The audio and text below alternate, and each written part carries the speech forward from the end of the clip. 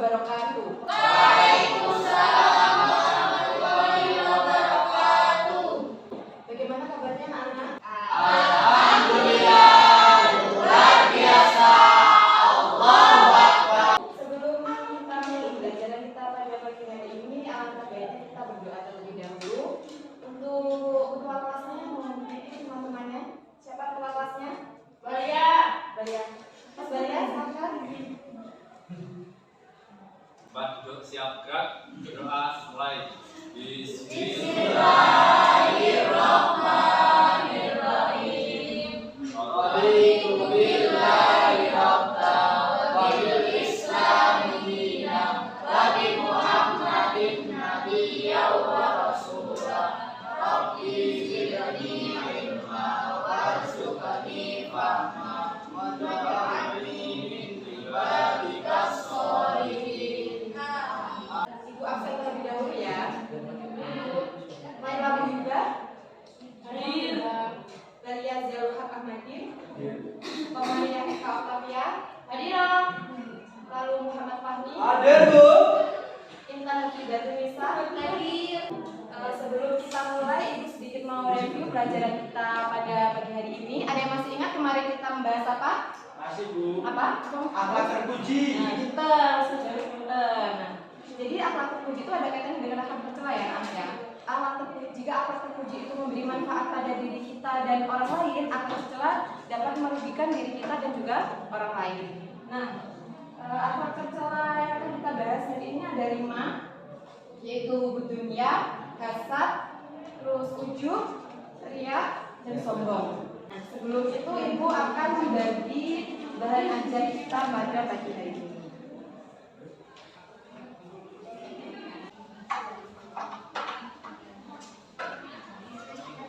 Ya. Silakan.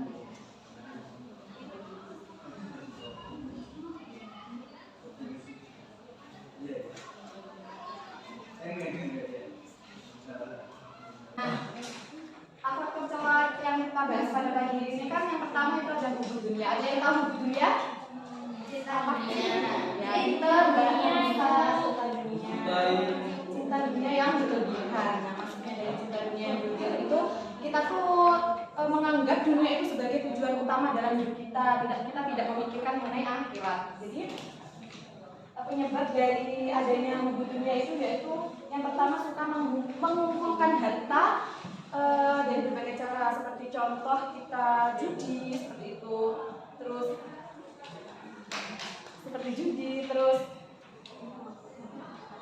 dan yang lainnya ya. Kita tidak mensyukuri atas nikmat yang telah Allah berikan, seperti kita mendapatkan rezeki yang mungkin kita dianggap cukup, tapi kita tidak merasa cukup atas rezeki yang Allah berikan. Itu dari hubutunya. Lalu dampak negatif dari hubutunya yaitu cinta dunia akan membuat kita itu lalai sama Allah. Tadi telah dijelaskan apa sih itu hubud dunia. Apa tadi? Hubud dunia itu apa? Cinta akan dunia.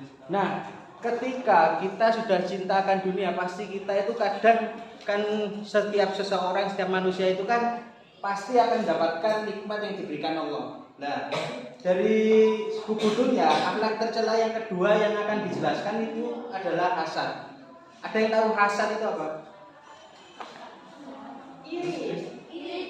Nah, iri dengki. Jadi hasad sendiri mempunyai arti ataupun makna bahwa jikalau orang itu telah mendapatkan nikmat dari Allah, kita itu kayak benci. Jadi misal Mas Fastopi telah kayak habis beli HP baru ataupun beli HP, pokoknya habis beli barang baru, tapi kita itu kayak aku ya pengen punya HP, jadi seperti itu.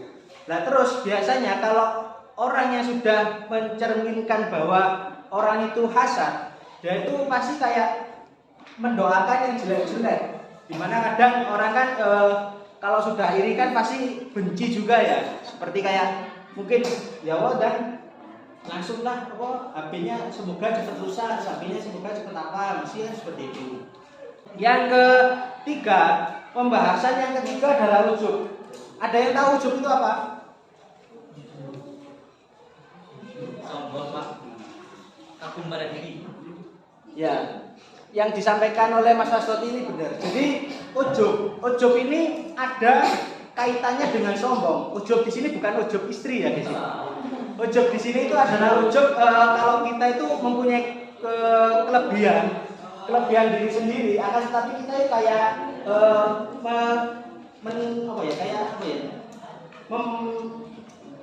memperlihatkan. Jadi kayak ujub kita lo iso ngene. Jadi ujub itu mempunyai ikatan dengan sombong. Kalau sombong sendiri apa? Ada yang tahu? Membanggakan diri sendiri. Nah, ayo duduk langsung. Gak boleh gitu, teman-temannya belajar kok itu. Jadi ujub di sini sama sombong itu hampir sama. Di mana ujub adalah perilaku di saat kita itu kayak mengunggulkan diri sendiri. Akan tetapi sombong itu lebih kayak gimana ya? Kayak ini loh aku. Seperti itu. Mungkin dari teman-teman ada yang tahu apa sih cara untuk menanggulangi bahwa kita itu tidak termasuk orang-orang seperti itu? Mungkin dari Mas Faswati? Ya, Pak. Yang pertama, meningkatkan ibadah pada Allah. Yang kedua, meningkatkan keimanan dan ketakwaan. Dan yang ketiga, menyadari dosa yang akan menimpa pada orang sombong. Nah, Mungkin dari apa yang disampaikan oleh Mas Faswati sama teman-teman kan juga sudah membaca materi yang diberikan oleh guru Pamong sebelumnya dari Mbak Lutfi, Bu Lutfi. Baik teman-teman, tadi sudah dijelaskan ya mengenai macam-macam dari sifat buruk manusia. Mas ada yang ingat apa aja?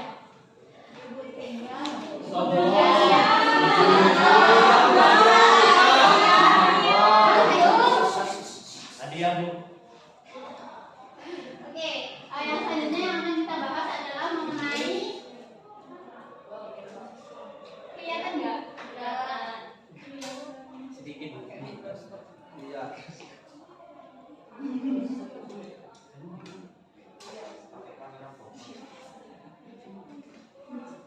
Oke, sifat buruk yang selanjutnya adalah mengenai ria. Secara bahasa, ria ini berasal dari bahasa Arab ariau yang artinya menampakkan, dan secara istilah adalah menampakkan amal ibadah kita kepada orang lain dengan tujuan untuk mendapatkan pujian seperti itu ya. Jadi enggak semata-mata karena Allah seperti itu. Mungkin ada teman-teman yang di sini yang suka ria? Ada? Enggak ada, Bu. Enggak ada. Alhamdulillah, jadi tidak boleh ya kita melakukan perbuatan ria seperti itu karena tidak baik. Oke. Yang selanjutnya, dan ria ini tuh selalu berkaitan dengan sum'ah. Jika ria itu adalah menampakkan perbuatannya, kalau sum'ah itu memperdengarkan. Mungkin teman-teman bisa memberikan contoh dari mungkin ria atau sum'ah itu sendiri. Ada yang bisa? Ya, Ya, Mas Mira, bagaimana contohnya? contohnya itu apabila dengan teman-teman itu rajin, maksudnya sholat, rajin di depan teman-temannya, dan apabila dia sendiri dia malah meninggalkan sholatnya seperti itu. Oke, dari contohnya Mas Mira itu ketika berada di dalam kos gitu ya, nggak pernah sholat, nggak pernah ketika main ke rumah temannya gitu ya. Kalau di rumahnya sendiri itu tidak pernah sholat, tidak pernah mengaji. Tetapi kalau saya lagi main nih sama teman-temannya, wah baru terdengar azan seperti itu, sholat seperti itu. Ya sebenarnya itu baik, tapi harus diiringi juga. Kalau di rumah juga harus seperti itu ya teman-teman. Bisa dipahami? Bisa, Bu. Oke, mungkin yang selanjutnya adalah sebab-sebab mengenai sifat ria itu sendiri. Mungkin Mbak Nisa bisa dibantu untuk membacakan. Terlalu dikagumi orang lain. Yang kedua, lari dari celaan. Yang ketiga, rakus akan apa yang diperoleh atau mendapat pada orang lain.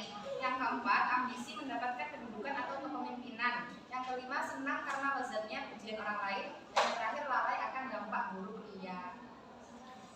Oke teman-teman, jadi sebenarnya banyak sekali sebab-sebab dari timbulnya sifat riya itu sendiri. Yang paling sering itu biasanya ketika kita mungkin mendapatkan kenikmatan yang lebih banyak dari teman sekitar kita, seperti itu. Nah teman-teman, ini ada sedikit cerita mengenai seberapa bahaya riya itu bagi kehidupan kita sendiri. Mungkin ada yang sudah tahu ceritanya? Belum tahu. Oke, jadi ceritanya itu seperti ini. Ada cerita bahwa nanti kalau di akhirat itu orang yang pertama akan dihisab, akan dipertanyakan itu adalah orang yang meninggal karena syahid, ya kan? Orang yang meninggal karena syahid. Mungkin Mbak Sesel, meninggal karena syahid ini meninggal yang seperti apa? Ya, seperti orang yang meninggal dalam peperangan, atau mungkin seorang ibu yang meninggal karena melahirkan, seperti itu ya. Nah, jadi orang yang pertama nantinya yang akan dihisab itu adalah orang yang mati syahid. Kemudian ditanyakan kepada orang yang mati syahid itu, kemudian diperlihatkan kenikmatan semasa di dunianya. Kemudian, apakah kamu mendapatkan ini, wahai orang yang mati syahid, seperti itu ya. Kemudian orang mati syahid itu bilang iya, seperti itu. Untuk apa kamu mempergunakan kenikmatan itu? Orang itu menjawab bahwa saya mengikuti perang karena ingin mengharapkan ridho dari Allah, seperti itu. Kemudian dikatakan kamu berbohong bahwasanya kamu mengikuti peperangan ini karena kamu ingin disebut sebagai seorang yang mujtahid, seperti itu, orang yang berperang, seperti itu ya. Nah, kemudian setelah, berarti kan niatnya dia itu bukan lillahi ta'ala gitu ya, bukan semata-mata karena Allah. Akhirnya mereka orang ini diseret dan dilemparkan ke dalam neraka. Kemudian yang orang kedua yang akan dihisab setelah orang yang syahid adalah orang yang apa, ada yang tahu?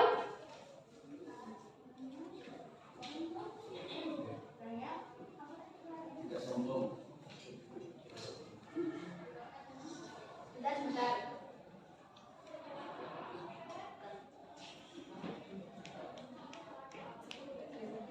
Oke, yang selanjutnya yang kedua adalah orang yang menuntut ilmu, mengajarkannya, dan juga orang yang membaca Al-Quran. Kemudian ditanyakan, apakah kamu mendapatkan nikmat yang ini di dunia, kenikmatan yang telah ia peroleh, gitu, yang ia rasakan. Kemudian dia menjawab, iya, saya mendapatkan nikmat ini di dunia. Kemudian dipertanyakan, kamu gunakan apa nikmat yang telah kami berikan sewaktu kamu di dunia? Kemudian dia menjawab bahwa saya mempergunakannya dengan menuntut ilmu, kemudian mengajarkannya, dan juga saya belajar untuk membaca Al-Quran dengan baik dan benar, seperti itu ya. Nah, kemudian dikatakan bahwa kamu berbohong karena kamu menuntut ilmu dan kamu belajar Al-Quran itu agar kamu dikatakan sebagai orang yang alim, orang yang paham agama, dan orang yang qori, orang yang pandai membaca Al-Quran dengan baik, dengan benar, dengan benar, seperti itu. Akhirnya orang ini juga diseret dan dilemparkan ke dalam neraka. Dan yang ketiga itu orang yang bisa setelah orang yang syahid, orang yang menuntut ilmu dan mengajarkannya, kemudian membaca Al-Quran, dan adalah orang yang mempunyai kelebihan harta di antara yang lainnya. Seperti yang kita ketahui bahwa rezeki itu dari Allah ya teman-teman. Nah, mungkin roda itu berputar, ada kalanya kita ada di bawah dan juga ada kalanya kita berada di atas. Nah, ketika kita berada di atas, nanti bakal dipertanyakan juga dengan kelebihan harta yang telah Allah berikan kepada kita, itu kita pergunakan untuk apa, seperti itu. Nah, kemudian ditanya juga kepada orang yang mungkin bisa kita katakan kaya gitu ya. Orang kaya tersebut, kamu pergunakan apa? Uang-uang atau harta yang telah Allah berikan? Kemudian dia menjawab bahwa saya tidak pernah absen untuk bersedekah, infak, dan yang lain-lainnya. Dia bilang pokoknya dia membelanjakan hartanya di jalan Allah, seperti itu. Padahal dikatakan bahwa kamu berbohong, bahwa kamu bersedekah, kamu berinfak, kamu menyumbangkan hartamu untuk mungkin yatim piatu dan lain sebagainya karena kamu ingin dianggap menjadi orang yang dermawan, seperti itu. Jadi kesimpulannya teman-teman, bahwa riya itu sangat-sangat merugikan bagi kita sendiri. Karena apa? Amalan yang sudah kita lakukan nantinya maka akan hangus, akan bilang dengan kita berbuat riya, seperti itu. Jadi mungkin teman-teman ke depannya, entah itu ketika diberikan kepintaran, diberikan lapangan rezeki dan yang lain sebagainya, mungkin teman-teman bisa lebih bijak lagi seperti itu. Dan ketika mungkin sudah ada bibit-bibit untuk riya ya, kayak aku kayak senang banget gitu ya, mungkin bisa sedikit ditahan. Yang penting kita tidak sampai menampakkannya atau tidak sampai apa ya, kayak membicarakannya, menyombongkan dan yang lain sebagainya. Mungkin itu, apakah bisa diterima teman-teman? Bisa. Oke, mungkin ada yang ditanyakan.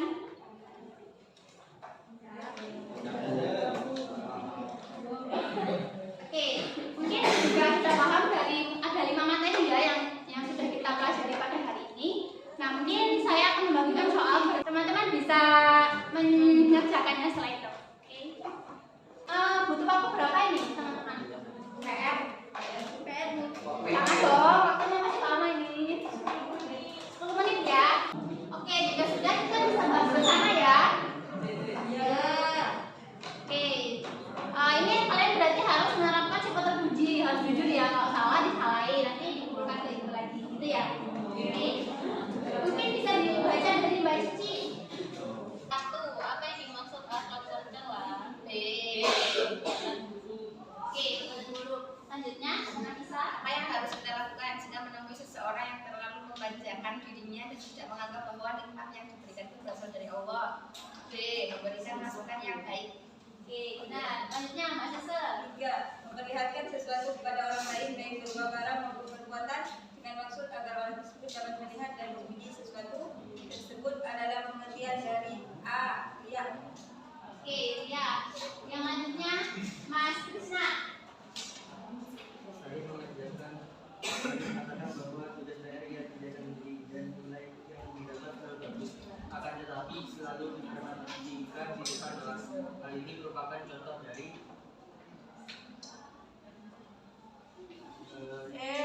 C. Sombong ya. Seperti itu. Oke, lanjutnya Mas Fatoni. Bahwasanya adalah bahagia di dunia kecuali yang ibu selalu bersyukur. Oke, benar. Nomor 6, Mas Den. Kalau saya tidak senang melihat orang lain mendapat kenikmatan, senangan disebut dengan hasad. Oke. Lanjutnya Mbak Anissa. Hal-hal berikut merupakan faktor-faktor penyebab seseorang bersifat dasar adalah Oke, semua benar ya. Jadi di hati, terakhir, malah sombong semuanya. Oke, yang lanjutnya Mbak Fatma. Cara menghindari dia adalah Wanita sakit. A. Yang mengingat kematian.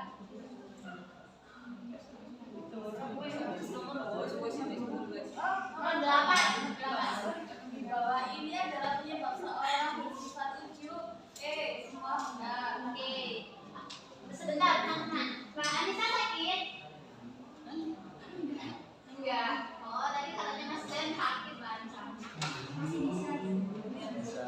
Oke, mungkin bisa lanjut lagi ke Mbak Iva. Nomor 9. Faktor apa saja yang membuat seseorang mempunyai sifat sombong? A. Usaha dan B. Benar. Benar, A dan B benar. Yang terakhir Mbak Mentari. Cara menghindari dunia adalah A. Banyak ingat kematian. Oke, benar banget. Sekarang sudah mempelajari mengenai ajaran Islam tentang sifat tercela. Sudah paham semuanya kan?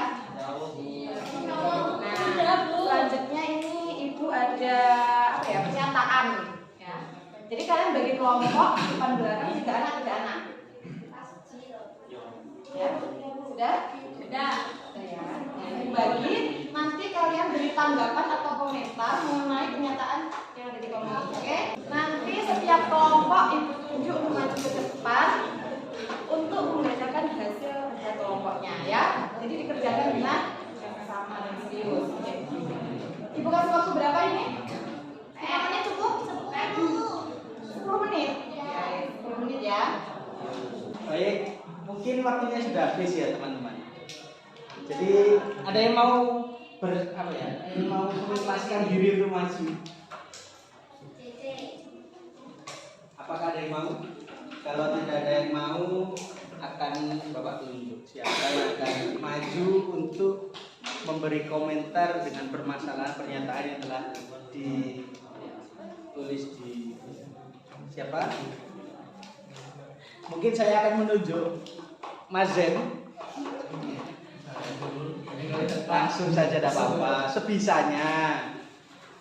Untuk nomor 1 saya menunjuk Mas Zen. Untuk nomor 2 saya menunjuk siapa yuk? Mungkin ada yang mau wis. Dari teman-teman ada yang mengusulkan nama untuk siapa yang maju? Ziana. Yang mana itu?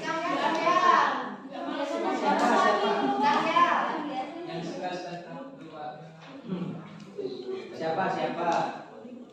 Sudah langsung Mbak Cynthia saja. Ayo Mbak Cynthia, monggo.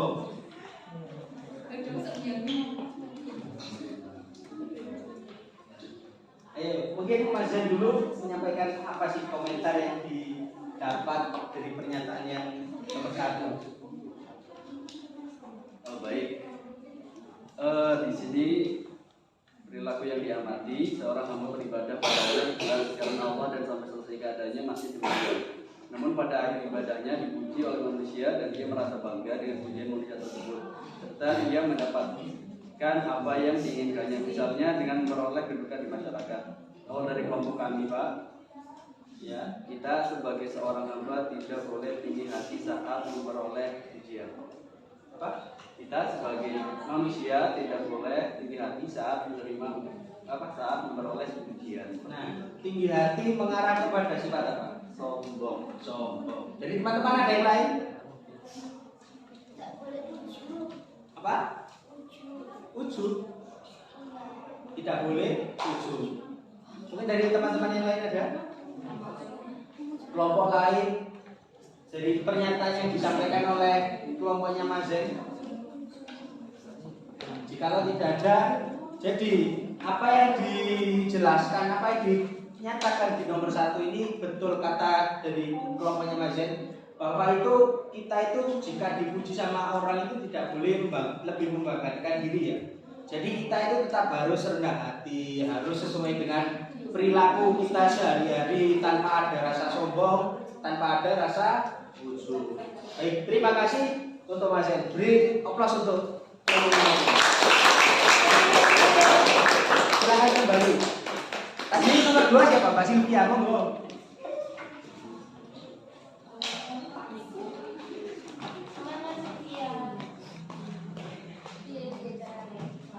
Langsung saja.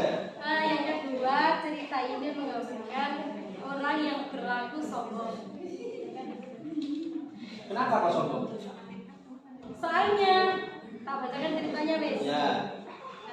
Al-Muhallab bin Abu Sufra, seorang kapten tentara Al-Hajjaj pada suatu hari dengan berpakaian sutra, menampakkan keangkuhannya dalam perjalanan. Kemudian Mutrarif bin Abdullah berkata kepadanya, "Wahai Allah, cara jalan seperti ini diberkahi Allah dan Rasulnya." Al-Muhallab lalu berkata, "Apakah kamu belum mengetahui siapa aku?" Mutrarif menjawab, "Aku mengetahui siapa kamu. Kamu ciptaan dari mani yang keji dan kelak akan menjadi bangkai yang busuk dan menyedihkan. Dan selama hidup kamu selalu membawa kotoran atau tai kemana-mana." Dengan yang demikian, itu Al-Muhallab langsung merubah cara jalannya. Nah, di sini itu menggambarkan seseorang bersikap sombong dengan cara berjalannya. Karena kan biasanya seseorang bisa gambarannya bisa dikatakan kalau itu sombong itu salah satu cirinya biasanya cara berjalannya itu beda. Bisa ya ada ini loh contohnya gini ya Om. Jadi begitu, jadi kita sebagai makhluk hidup janganlah mempunyai sikap sombong, karena entah itu dari perkataan atau perbuatannya. Biasanya kan seperti misal di perkataannya itu sombong, menyombong-nyombongkan diri sendiri. Itu mungkin cukup. Jadi apa yang dikatakan oleh kelompoknya Mbak Cynthia ini benar. Jadi sebagai manusia kita itu kan sama-sama makhluk hidup yang diciptakan oleh Allah. Nah, jadi kita itu mempunyai derajat yang sama. Cuman sebagai manusia kita itu juga harus menghargai apa itu seseorang itu sebagai mempunyai pekerjaan ini, pekerjaan itu, kita itu harus saling menghargai. Jadi dari sifat sombong ini itu dimana apa yang dijelaskan oleh Mbak Sylvia ini juga benar bahwa seperti orang sombong itu mesti jalannya itu berbeda dan menganggap semua yang berbeda dengan dirinya itu salah. Jadi orang sombong itu kayak enak dewe, sak bener dewe, jadi seperti itu. Terima kasih Mbak Sylvia, komennya Mbak Sylvia. Oplos untuk